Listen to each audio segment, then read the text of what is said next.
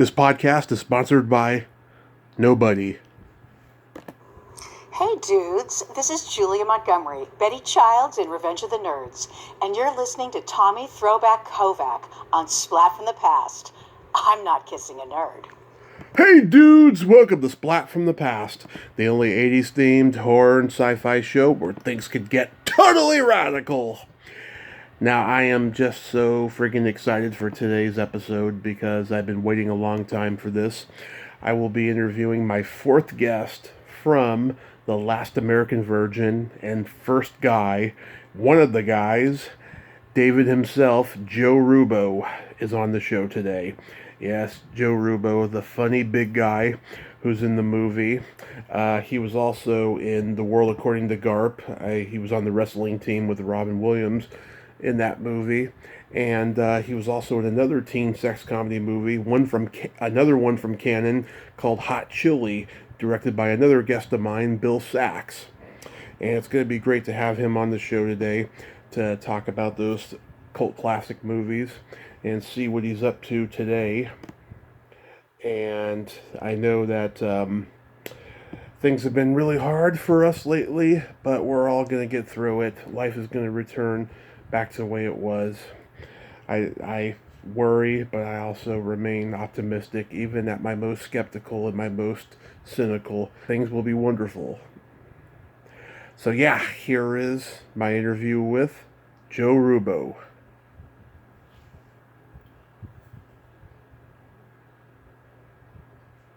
This is such a great honor. Thank you for taking the time tonight. Oh, thank you for asking me. Of course. So, going back in time, did you gravitate toward acting early on in your childhood? Just like in my senior year of high school and stuff, I started becoming a class clown and shit, you know. Yeah. Like the last couple of years, I was always a joker, but I really was into it. My last couple of years of high school, everybody said it was funny. I should do something. So I decided to start acting when I graduated, and I got my first part at 17 years old. I did pretty good. Yeah. So that was always your plan. Oh, go ahead. Actually, I had the World According to Garp. I was in that first. Right. I was like 16, going on 17 on that one. Right. So that was always your plan to go into acting? Yeah, that's what I wanted to do, yeah. Yeah, did you do a lot of school plays and community theater? Not a thing, nope. I played the drums in a band in high school. I was a drummer in a rock band in high school. Nice. I wasn't a play, nothing. Nice. What kind of music did your band play? Classic rock. Nice. Good stuff, you know? Yeah. Zeppelin, Kiss, Who, I like good stuff. Oh yeah, I like all that stuff too. I'm a hard rock, heavy metal kind of guy. Yeah. My phone is full of that stuff. Do you remember your first concert? My first concert was Kiss, 1977, Madison Square Garden. Love Gun Tour, right? I think it was a Love Gun, yeah. Nice. My friend, we were really young, so my friend's brother drove us down there.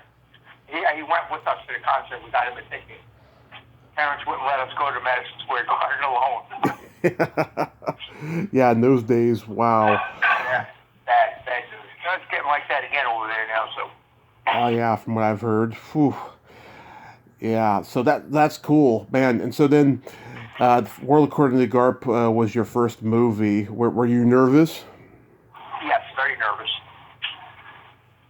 But Robin Williams is really cool, and he made it a lot easier for all of us.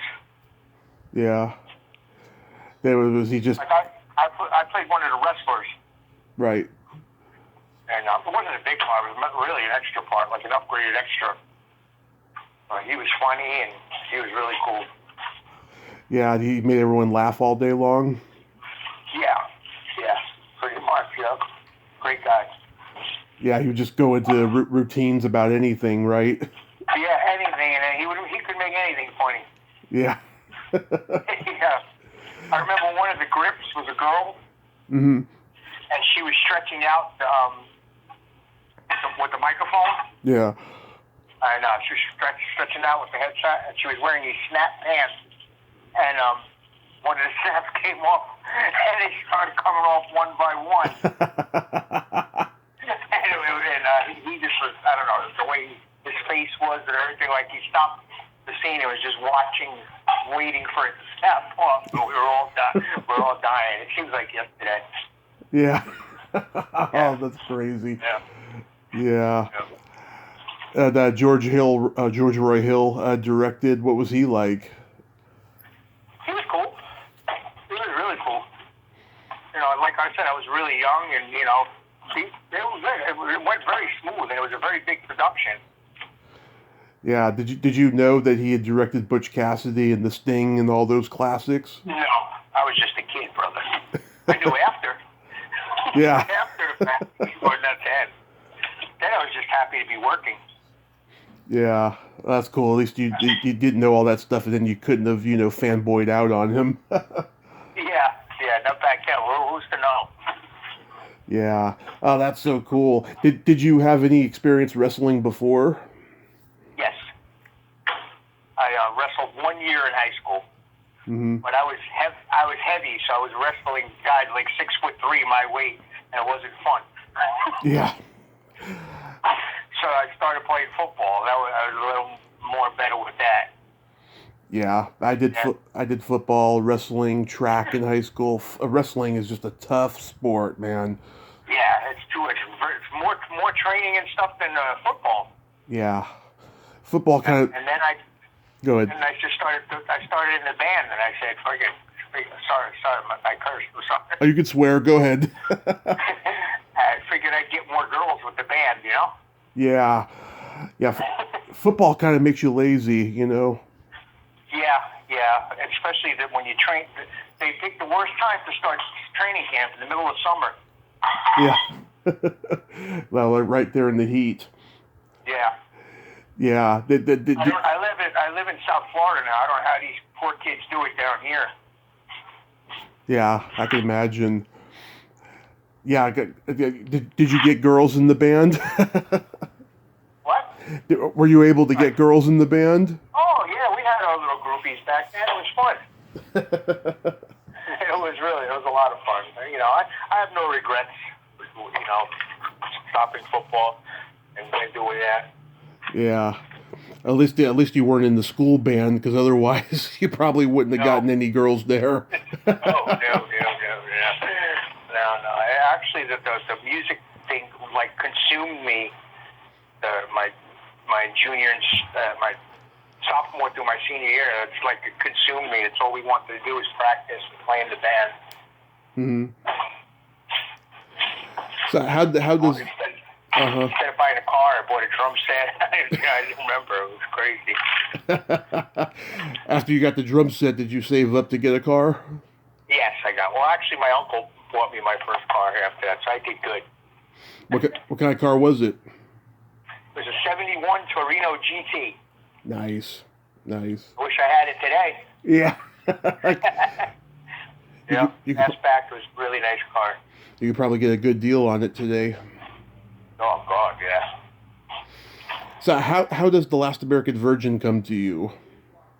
Okay, I went on an audition. Well, I had an agent.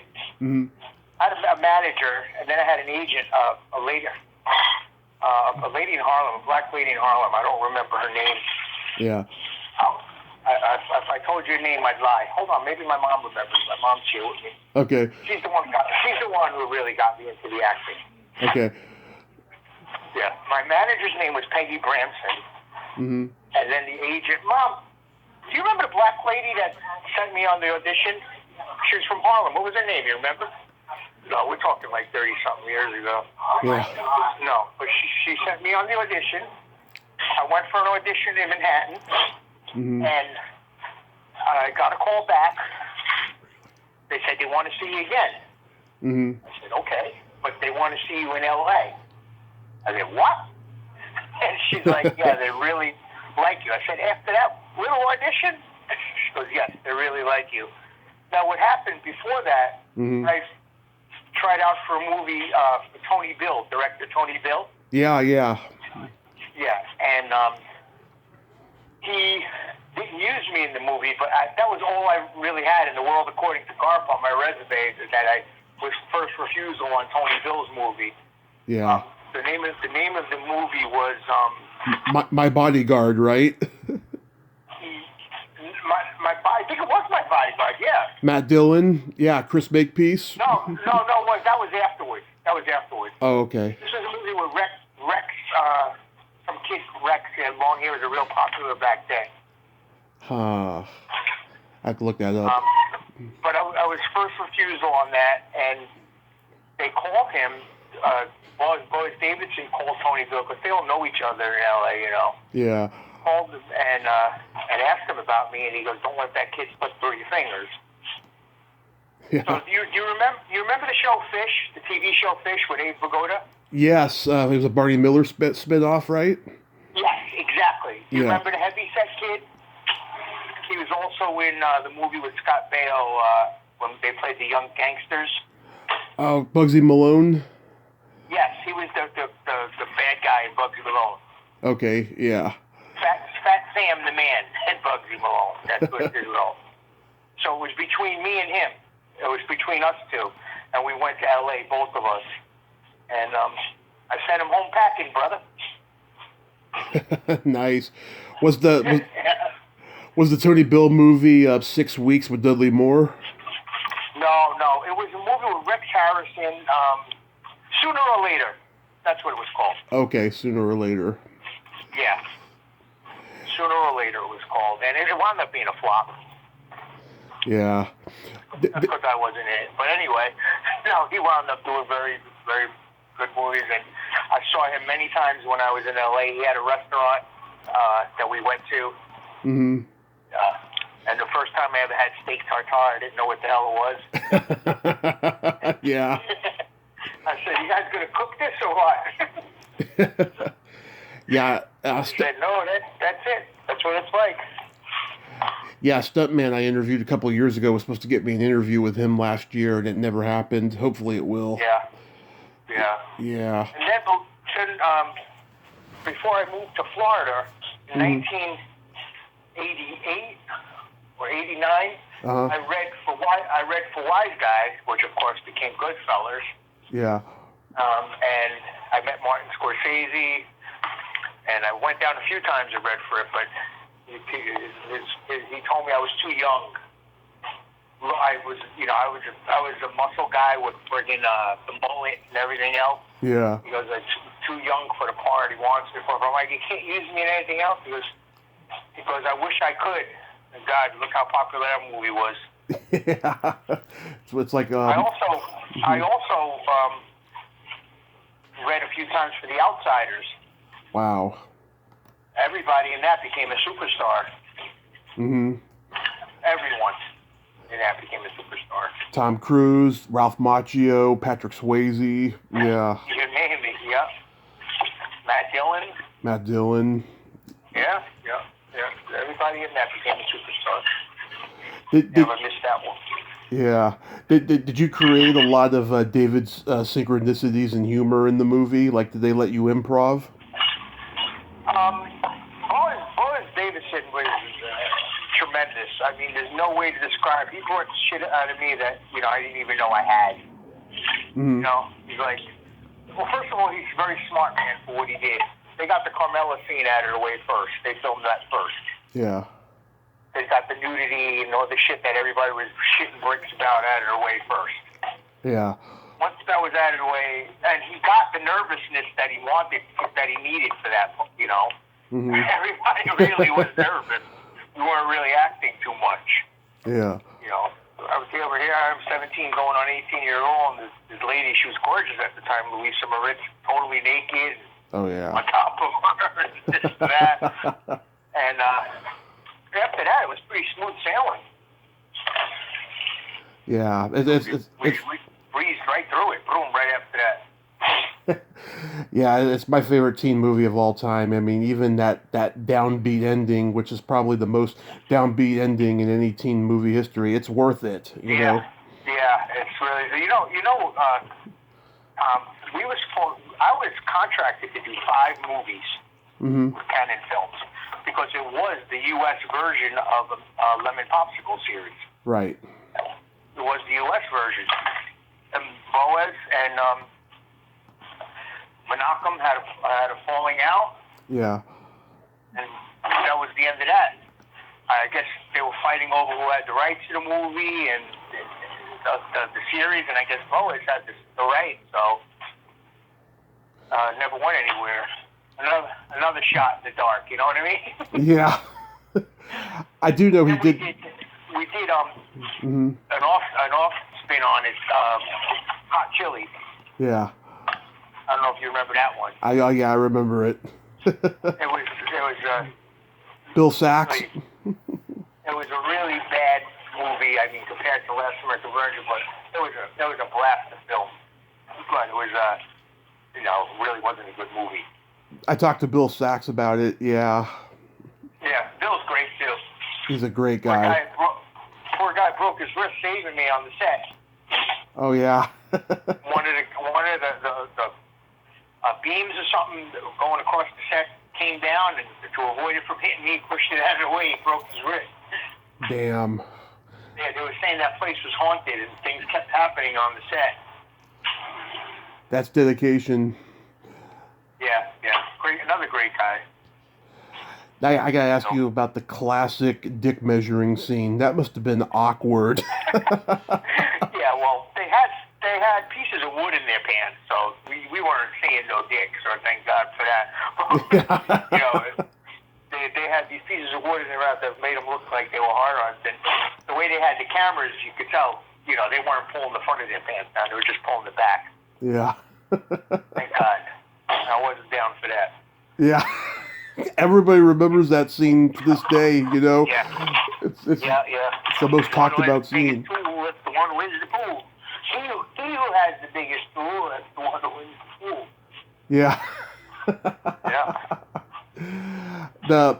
The classic scene where Kimmy slaps you, was that scripted?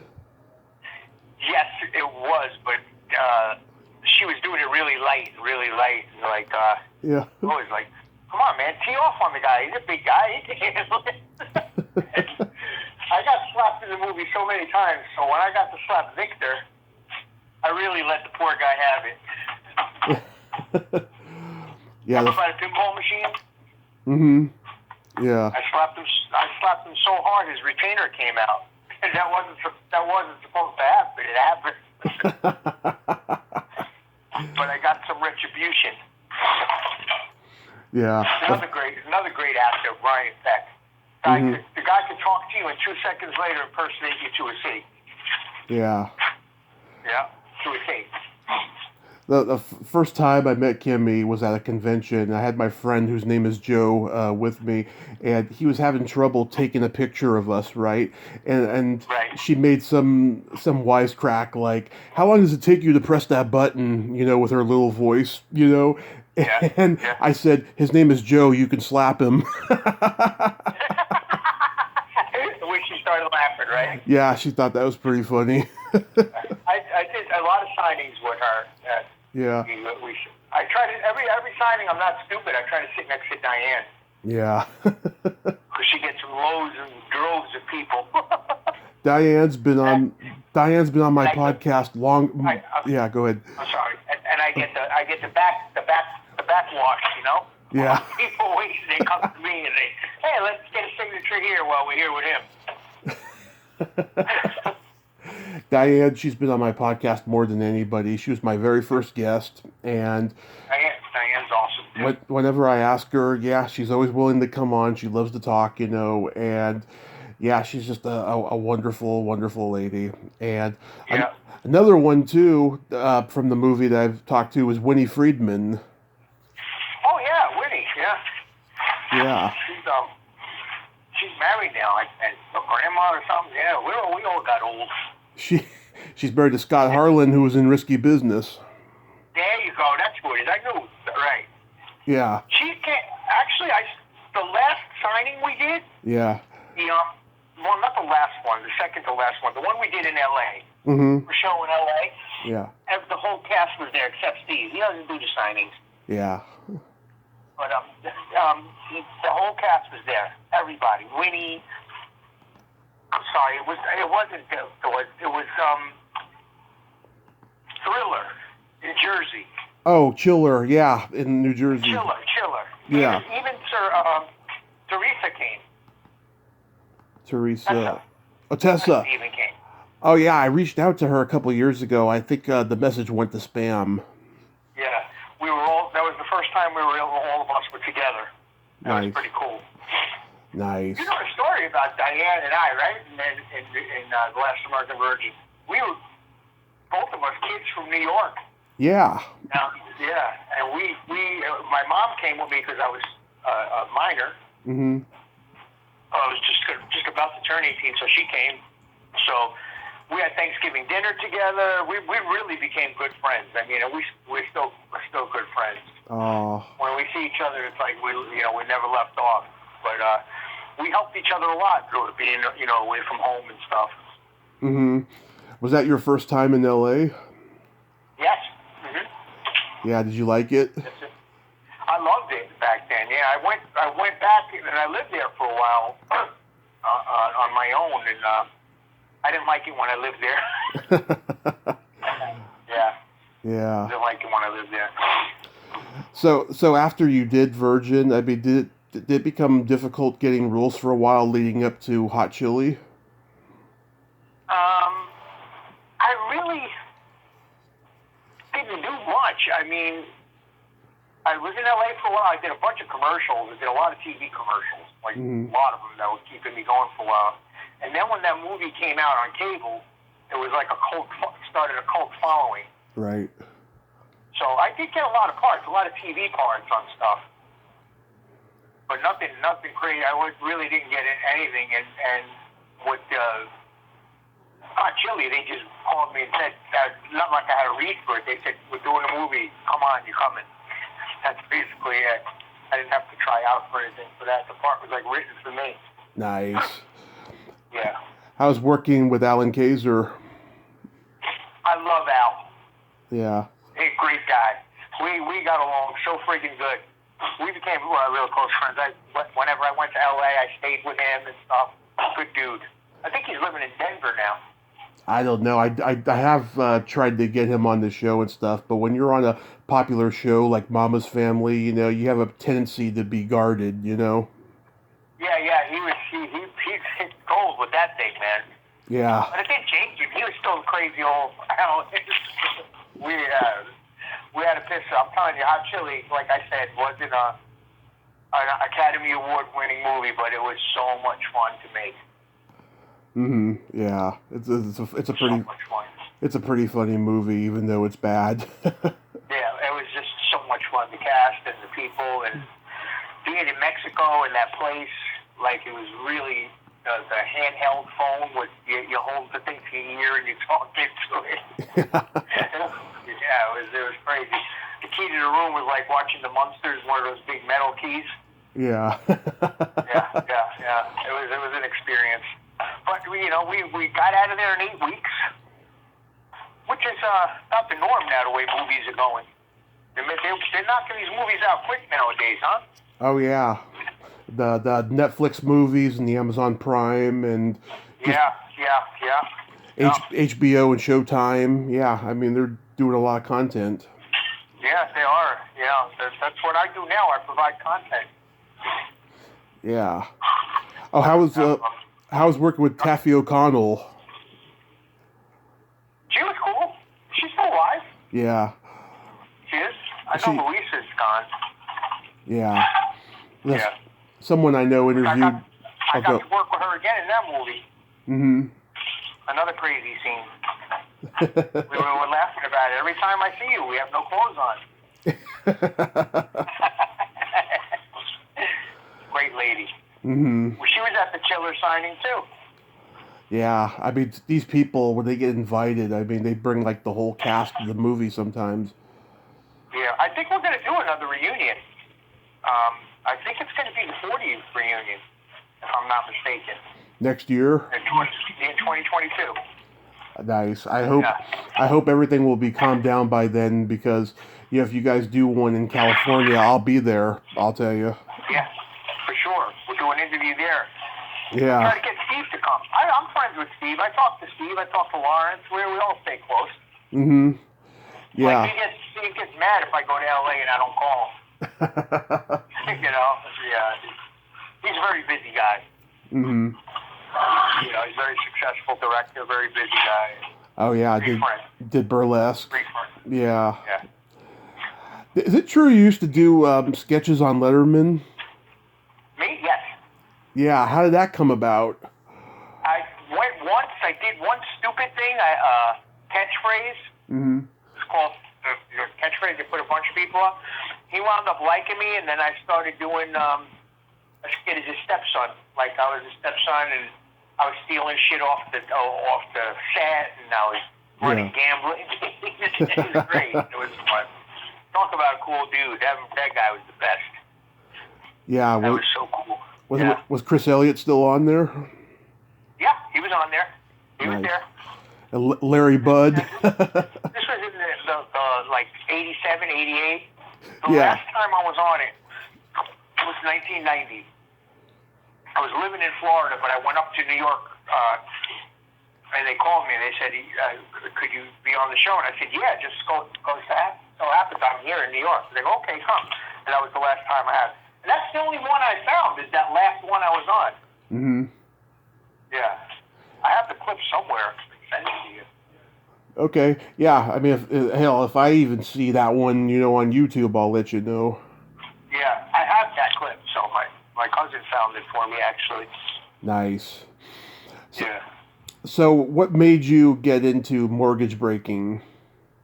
I'm not doing that anymore, but back then it was just the thing to do. My wife was doing it, I was doing it, and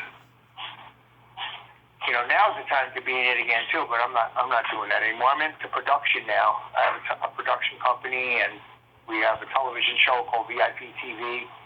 Mm-hmm. And another show called Club TV that I did back in the early 90s with my friend Dave Icavedi, and we're bringing it back now. As a matter of fact, we have a shoot next week. So trying to stay busy. I have a reality show called Boss Man Joe. It's going to be on Amazon Prime next month. Do they still have cable? Mm-hmm. Sorry, Pat. I was going to say, do they still have cable access out there in Florida? Cable access? Cable access, public access television? Yeah, sure. Yeah. Over here in California, it's very rare now, and over here where I'm at, it's just like, local Bible Belt, crap, basically. Yeah. This is, but we're going to put it on Amazon Prime. It's going to be on next month. It should be on the end of it. Maybe this weekend we might do it. I don't know, but it takes a while to get approved. It's 8 episodes, and they're about 6 minutes long, and it just shows behind the scenes when we do these castings at the studio how hysterical it is. It's like an R-rated American Idol. Let's put it that way. Very funny. Very, very funny. So it's like a contest. And it's like just people auditioning to be on the show. Yeah. Host, and they've never done anything in their lives. One lady just all of a sudden we give her stuff to say as a host, and she starts just singing out of nowhere. And I give that classic look like in Animal House. Yeah. When the guy was playing the guitar and he's walking down the stairs. That's the look, exactly like that. Yeah. And if they don't get it, they can just say, "Oh fuck."